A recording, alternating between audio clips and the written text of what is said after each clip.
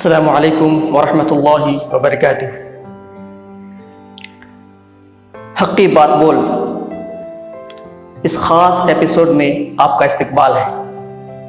मैं मोहम्मद आरिफ हुसैन आपके सामने बहुत ही चर्चित मुद्दा पर बात करने जा रहा हूँ। जैसे कि आपको मालूम है कि अभी पूरे हिंदुस्तान में लॉकडाउन चल रहा है।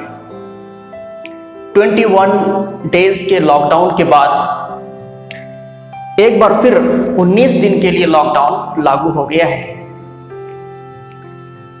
इस लॉकडाउन से जहां बहुत सारे मजदूरों को और गरीब लोगों को परेशानी हो रही है, दूसरी तरफ इसका एक फायदा यह है कि जो वातावरण है, ये वातावरण बिल्कुल साफ हो जाएगा।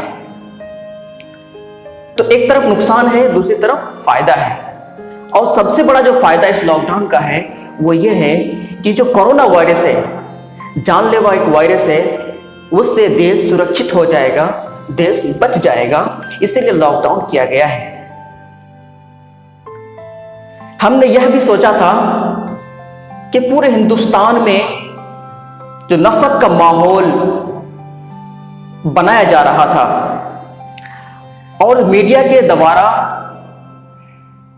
इस देश की एक बड़ी तादाद, एक बड़ी संख्या के दिमाग में मुसलमानों के खिलाफ जो नफरत फैलाई जा रही थी वो भी कम हो जाएंगे। हमारी जो सोच थी वो गलत साबित हुई, क्योंकि ऐसा होता नहीं दिख रहा है। हम कोरोना जैसे महामारी से लड़ने के लिए लॉकडाउन में तो हैं,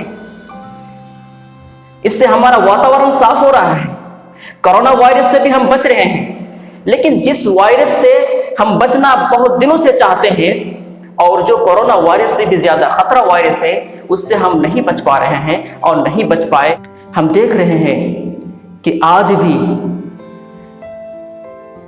मुसलमानों के प्रति नफरत मीडिया वाले फैला रहे हैं। पूरी दुनिया जब कोरोना वायरस जैसे महामारी से लड़ाई लड़ रही है, हिंदुस्तान भी और हम सब मिलकर लड़ाई लड़ रहे हैं, ऐसे वक्त में मीडिया का जो रोल है वो बहुत ही घिनौना है।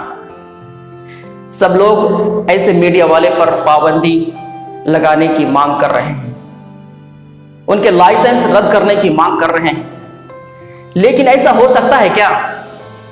आपने कभी सोचा है? ऐसा बिल्कुल भी नहीं होगा। उन पर पाबंदी कौन लगाएंगे? जब उन पर पाबंदी लगाने वाले अथॉरिटी और सरकार ही उस मानसिकता की हो तो क्या उस पर पाबंदी लग सकती है?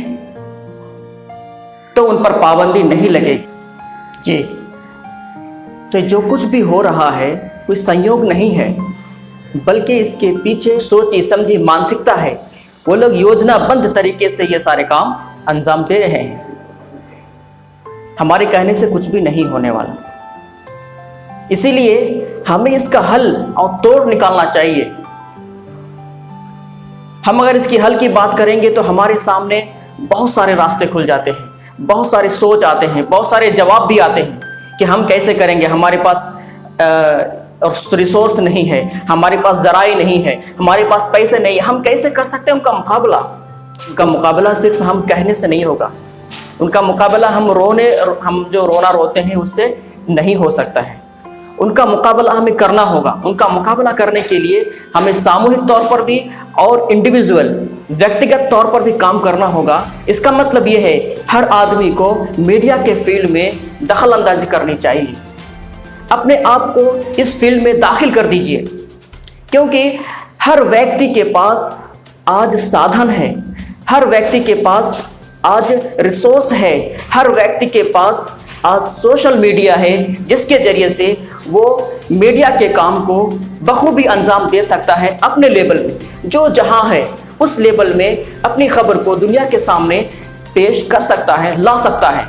तो मैं आपसे ये आग्रह करता हूं कि आप जहां भी हो, जिस भी पोजीशन में हो, जिस भी जगह में हो, वहां पर रहते हुए आपके आसपास जो न्यूज़ बनते हैं उसको आप बैठ करके रात में, दिन में या किसी भी वक्त जब आप टाइम पाते हैं, आपके पास फ्री वक्त हो, आप उस वक्त रिकॉर्ड करें, वीडियो बनाएं या वॉइस रिकॉर्ड करें और सोशल मीडिया पर आप छोड़ दें। आपके पास यूट्यूब है, आपके पास फेसबुक है, आपके पास ट्विटर है, इसके अलावा हजारों सोशल मीडिया प्लेटफॉर्म है जहां पर आप अपनी बात कर सकते हैं, मीडिया का काम अंजाम दे सकते हैं। तो इंडिविजुअली जब आप ऐसा करेंगे तो एक बहुत ही बड़ी तादाद, लोगों की बहुत बड़ी तादाद जो है मीडिया में काम करने के लिए आ जाएंगे और सच बात, हक बात जो है सामने आ जाएगी। आज कुछ ही लोग हैं सोशल मीडिया पर जो काम कर रहे हैं, वरना तो 90%, 95% लोग देखने वाले हैं सोशल मीडिया। आप उनमें से नहीं होना, बल्कि आप सोशल मीडिया में क्रिएटिव माइंड के क्रिएटर होना है। सोशल मीडिया में आप जो है सोशल मीडिया में प्रोवाइड करने वाले होने चाहिए, न्यूज़ लाने वाले होने चाहिए। आप कुछ ना कुछ सोशल मीडिया में एक्टिविटी करना चाहिए। सिर्फ देखने से ये काम नहीं हो जाएगा। इसलिए अगर हम चाहते हैं कि इस तरह के मीडिया जो एक समुदाय विशेष के खिलाफ नफरत और जहर फैला रहे हैं, उसका मुकाबला करने के लिए आपको खुद सबसे पहले मीडिया पर आना होगा, सोशल मीडिया पर आना होगा। दूसरी बात क्या है, इंडिविजुअल में ही, व्यक्तिगत में, अगर आपके पास बहुत ज्यादा पैसे हैं, आप बहुत मालदार हैं, आप पैसे लगा सकते हैं, तो आप न्यूज़ चैनल ओपन कर सकते हैं, नहीं तो आप न्यूज़पेपर ओपन कर सकते हैं। सामूहिक तौर पर भी हम इनका मुकाबला करने के लिए हमें आगे आना होगा। सामूहिक तौर पर कहने का मतलब मेरा यह है कि हम सामूहिक तौर पर ऐसे ऐसे काम अंजाम देते हैं जो इंडिविजुअली हम नहीं सकते हैं, व्यक्तिगत नहीं कर सकते हैं। हम बड़े बड़े इदारे चलाते हैं, हम बड़े बड़े इंस्टीट्यूट चलाते हैं, हम बड़े बड़े मसाजिद बनाते हैं, हम बड़े बड़े तंजीमें चलाते हैं, उसमें लाखों करोड़ों पैसा खर्च करते हैं। तो उसी तरह से हम सामूहिक तौर पर भी, इज्तिमाई तौर पर भी मीडिया के फील्ड में आना होगा हमें। जिस तरह से हम इदारा चलाते हैं, उसके लिए कलेक्शन करते हैं और हम बहुत बड़ा बड़ा इदारा हमारा चल रहा है, उसी तरह से मीडिया के फील्ड में भी कुछ लोग आना चाहिए।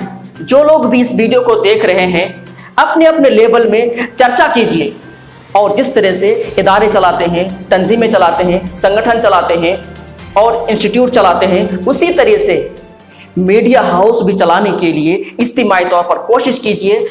आप कोशिश तो करके देखिए। तो सामूहिक तौर पर और इंडिविजुअली जब हम उनका मुकाबला करने के लिए खड़े हो जाएंगे तो सकारात्मक न्यूज़ और मुस्बत न्यूज़ समाज में फैलेगा, जिससे हमें भी फायदा है और इस देश को भी फायदा है और आने वाली पीढ़ी को भी फायदा होगा। अगर हम इस फील्ड में नहीं आएंगे, अभी इसके बारे में नहीं सोचेंगे, तो हमें भी नुकसान है, देश को भी नुकसान है और आने वाली पीढ़ी को भी नुकसान है। अस्सलाम वालेकुम।